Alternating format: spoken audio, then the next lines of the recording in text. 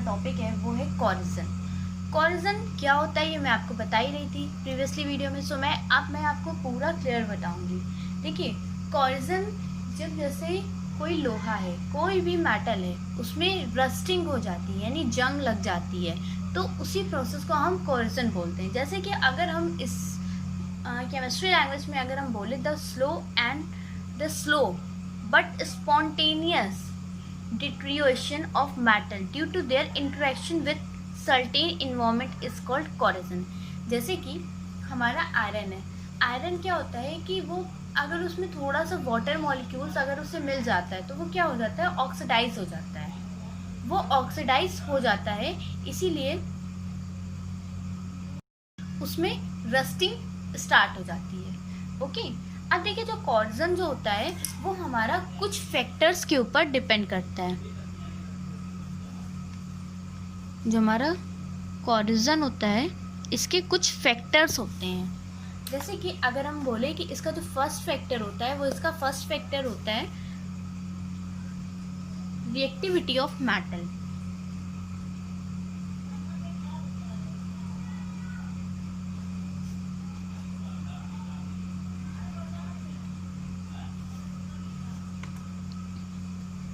अब देखिए reactivity of metal है जो कि हमारा, अब इसमें क्या होता है, a reactive metal is more susceptible to corrosion as compared to less reactive metal.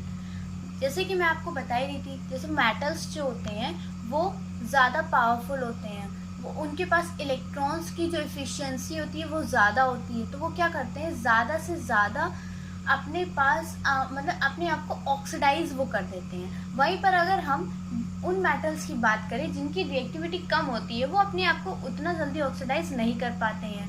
जैसे अगर रिएक्टिविटी ऑफ मेटल में अगर हम एग्जांपल लें जो बहुत जल्दी ऑक्सीडाइज हो जाते हैं, वैसे वो कौन कौन से मेटल होते हैं, हमारा होता है जैसे सोडियम है, बहुत जल्दी ऑक्सीडाइज होता है, और कैल्शियम हो गया, मैग्नीशियम हो गया, एल्युमिनियम हो गया, जिंक हो गया, ये सारे के सारे क्या होते हैं, बहुत जल्दी ही ऑक्सीडाइज हो जाते हैं। वहीं पर अगर हम बात करते हैं जो ऐसे मेटल्स जो जल्दी ऑक्सीडाइज नहीं होते हैं, जो जल्दी किसी के साथ रिएक्शन को अपनी शो नहीं करते हैं, जैसे कि हमारा तो फर्स्ट नंबर पे इसमें आ जाता है silver, mercury, Hg,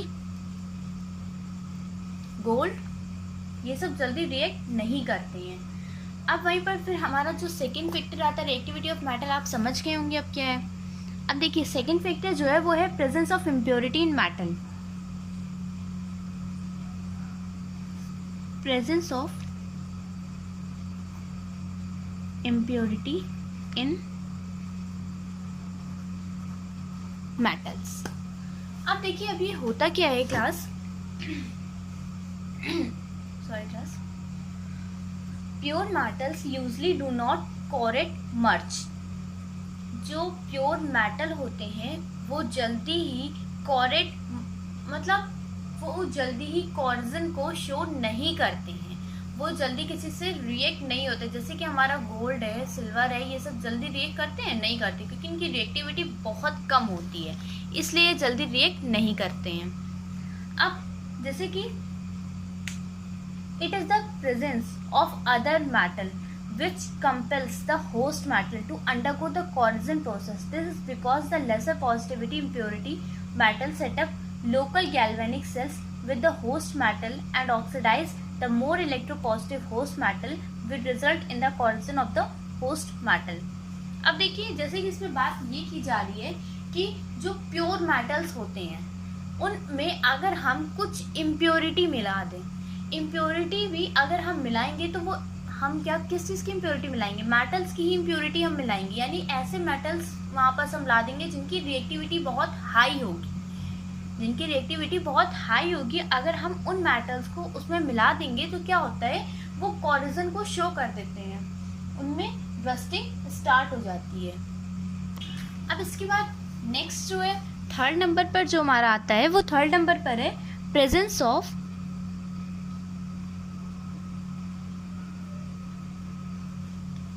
reactive gases in air।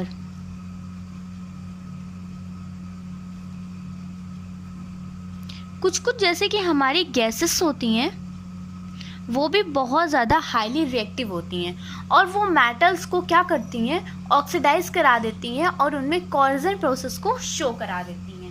अब जैसे इसमें हमारा आता है रिएक्टिव गैसेस की अगर हम बात करते हैं तो वो हमारी होती है CO2, SO2, NO2 एक्सेट्रा। ऐसी बहुत सारी गैसेस होती हैं जो कि इन सब चीज़ों को शो करती हैं। देखिए, present in air, dissolve in water and produce acid. ये क्या होती हैं कि वाटर में डिजॉल्व हो जाती हैं और एसिड्स को शो करती हैं। और एसिड जो होता है फिर वो हमारा एज अ इलेक्ट्रोलाइट वर्क करने लगता है, और जब वो एज अ इलेक्ट्रोलाइट वर्क करने लग गया तो उसमें कॉर्जन हो सकता है। अब देखिए, फिर हमारा 3 पॉइंट्स तो हमारी ये क्लियर हो गए हैं। पहला हमारा पॉइंट क्या था क्लास, हम लोग फिर से रिवाइज कर लेते हैं। जैसे कि हमारा था रिएक्टिविटी ऑफ मेटल, दूसरा था presence of impurity in metal, तीसरा हमारा हो गया presence of reactive gases in air. अब फिर हमारा नेक्स्ट पॉइंट जो है वो नेक्स्ट पॉइंट आता है 4 पॉइंट में। 4th पॉइंट है हमारा presence of electrolytes in water.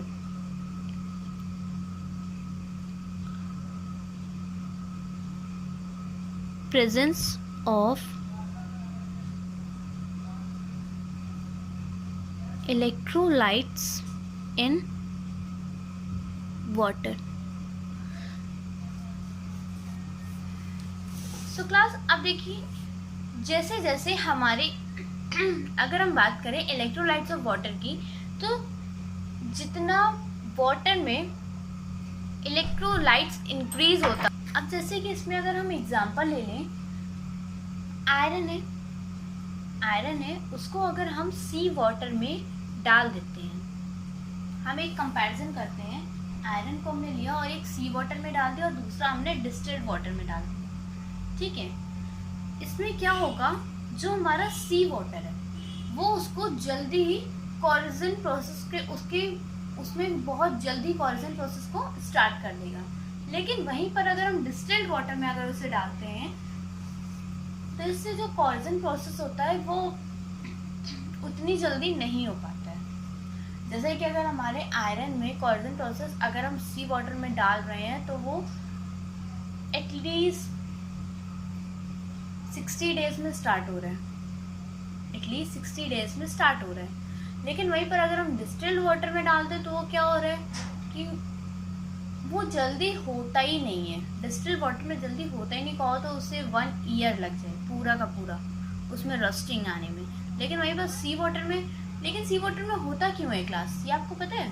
क्योंकि सोडियम क्लोराइड, कैल्शियम, वो पोटेशियम क्लोराइड, इसमें सॉल्ट्स जो सी वाटर में बहुत ज़्यादा मात्रा में प्रेजेंट होते हैं, बहुत ज़्यादा क्वांटिटी में प्रेजेंट होते हैं, जिसकी वजह से क्या होता है उसमें जल्दी आयरन में कॉर्जन प्रोसेस स्टार्ट हो जाती है, यानी रस्टिंग होना स्टार्ट हो जाता है।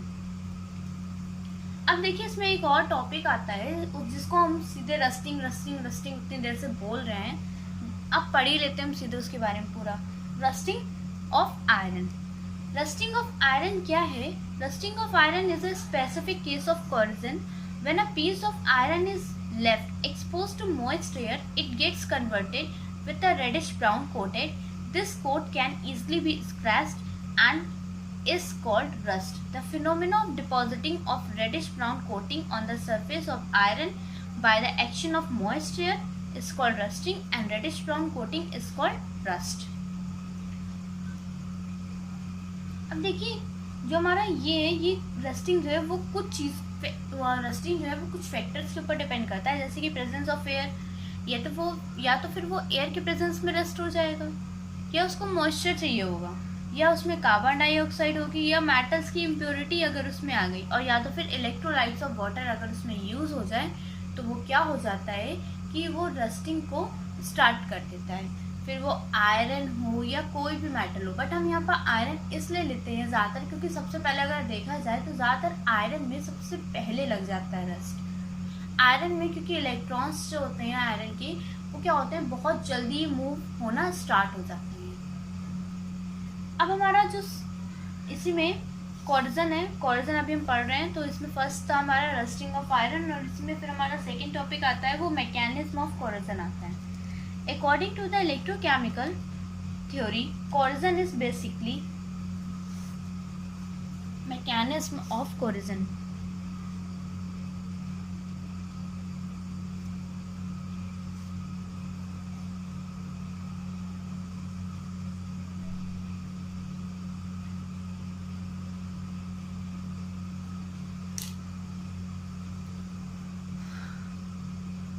So class mechanism of corrosion जो है वो हमारा क्या है कि इसमें भी सेम चीज़ है, mechanism of rusting and mechanism of corrosion same चीज़ है कि अगर जैसे हमारा आयरन है या कोई भी मेटल है, कोई भी इलेक्ट्रोपॉजिटिव अगर मेटल है, उसमें अगर उसको एयर, मॉइस्ट या कार्बन डाइऑक्साइड या अगर हम बोले या अगर हम ये बोले कि उसमें कुछ इम्प्योरिटी है, प्योर मेटल है तो अगर हम उसमें थोड़ी इम्प्योरिटी मिला देते हैं या इलेक्ट्रोलाइट्स ऑफ वाटर हम अगर उसमें यूज़ कर देते हैं तो क्या हो जाता है वो क्लास की वो कोरिजन प्रोसेस या रस्टिंग प्रोसेस दोनों को वो स्टार्ट कर देता है। वो दोनों के दोनों प्रोसेस जो है वो इसमें स्टार्ट हो जाते हैं। इसमें इससे ज़्यादा और कुछ नहीं है, इतना ज़्यादा इम्पॉर्टेंट भी नहीं है कोरिजन।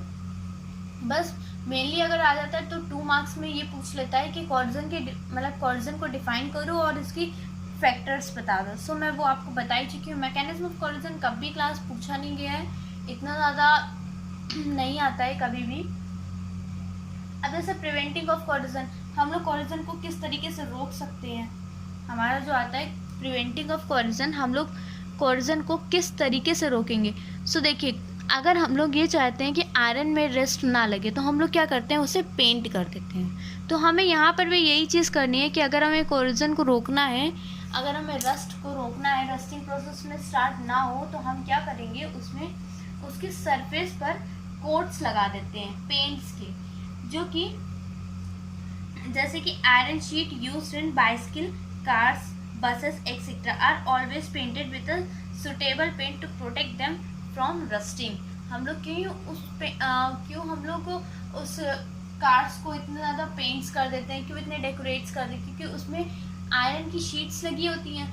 आयरन की जो शीट्स लगी होती हैं इसमें, वो क्या होता है कि पानी अगर उसमें अगर ज़्यादा पड़ता है तो वो क्या हो जाती है कि बेकार हो जाए। क्या बताइए, इतनी महंगी कोई गाड़ी खरीद रहा है और उसमें रस्टिंग हो रही है, कोरिजन का प्रोसेस स्टार्ट हो रहा है, तो ऐसे तो धीमे धीमे करके वो पूरी गाड़ी सड़ जाएगी एक तरीके से। तो इसलिए वो क्या करते हैं, पेंट कर देते हैं उसे, और पेंट करने की वजह से ये चीज़ प्रोसेस नहीं हो पाती है। या तो फिर अगर हमें रस्टिंग को रोकना है तो इसका एक और प्रोसेस होता है। दूसरा जो उसका प्रोसेस पहला जो है वो है पेंट, कोटेड विथ पेंट। वहीं पर सेकेंड प्रोसेस हमारा क्या है इसका, कि हम क्या करेंगे कि coated with metal surface from oil और grease, coated with oil and grease, हम उसे ऑयल और ग्रीस से कोट कर देंगे। इसकी वजह से भी क्या होगा कि जो हमारा कोरिजन का प्रोसेस स्टार्ट होना होगा वो स्टॉप हो जाएगा। फिर है उसका by coating the metal with non corroding.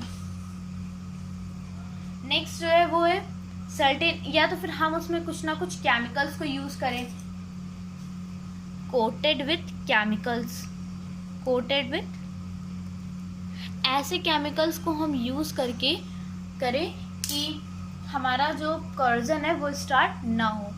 Okay, अब देखिए इसमें सेक्रिफिकली प्रोटेक्शन जो होता है वो हम लोग भी देते हैं उसमें, कि हम लोग ऐसा जैसे वाटर ड्रॉप है वो अगर उसमें पड़ रही है तो हमारा उस रस्ट को रोकने के लिए हम लोग एक सेक्रिफिशियल प्रोटेक्शन को हम लोग यूज़ करते हैं। इसे this method involves the protection of a metal at expense of some other more active metal coated on its surface. Okay class, अब देखिए इसमें इलेक्ट्रोकेमिस्ट्री के जितने भी इम्पॉर्टेंट टॉपिक थे वो सारे के सारे ओवर हो चुके हैं। सो अब जो हमारा जो नेक्स्ट चैप्टर अब मैं स्टार्ट करूँगी वो है केमिकल काइनेटिक्स। केमिकल काइनेटिक्स हमारा बहुत अच्छा चैप्टर है, इसमें बहुत सारे क्वेश्चंस बनते हैं और आई होप क्लास अब आप लोग को इलेक्ट्रोकेमिस्ट्री चैप्टर में कोई भी कंफ्यूजन नहीं हो रही हो, क्योंकि मैंने हर एक पॉइंट्स को इसमें बहुत डिटेल में एक्सप्लेन किया हुआ है। और अगर आप लोग को कोई भी प्रॉब्लम हो रही हो तो आप कमेंट्स में बता सकते हैं। अभी के लिए थैंक यू क्लास।